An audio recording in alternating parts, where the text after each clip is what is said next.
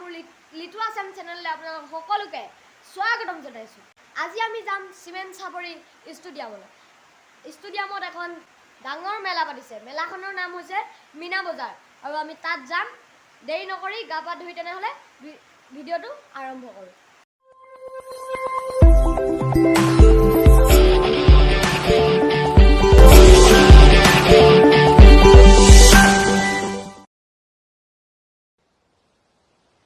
Finally আমি ওলাই ল'লোঁ এতিয়া লগৰকেইটাৰ সৈতে।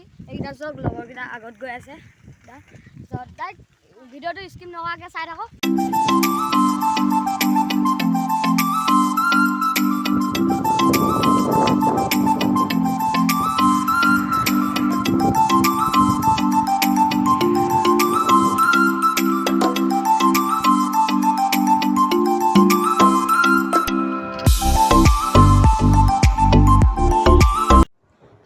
আমি আজি পাই গ'লোহি এইখন চক।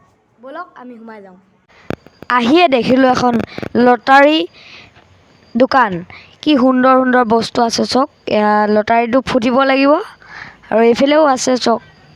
লটাৰীটো কিন্তু ফুটিলেহে পাব, ভাগ্য থাকিব। আৰু এইফালে কি সুন্দৰ সুন্দৰ চক খেলা বস্তু। এইখন চক পূৰা ডাঙৰ চকৰি। আপোনালোকক চব দেখুৱাবলৈ চেষ্টা কৰিম। আৰু এইফালে দাদাই ট্ৰেইন চলাই আছে, মানে চেক কৰিছে ট্ৰেইনখন কিমান গিয়াৰত যাব।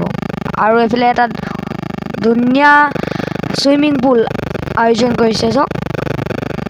ধুনীয়াকৈ পানী ভৰাব ইয়াত। আৰু এইফালে গাড়ী এইফালে চক। আৰু এখন ঘড়ী দোকান দেখিলোঁ ইয়াত। লটাৰী মানে ইয়াত খেলিব এতিয়া। ইয়াত লটাৰী খেলাই মানে। আৰু এখন দেখিলোঁ হেলিকপ্টাৰ। এয়া চক কি সুন্দৰ সুন্দৰ হেলিকপ্টাৰ আছে চক।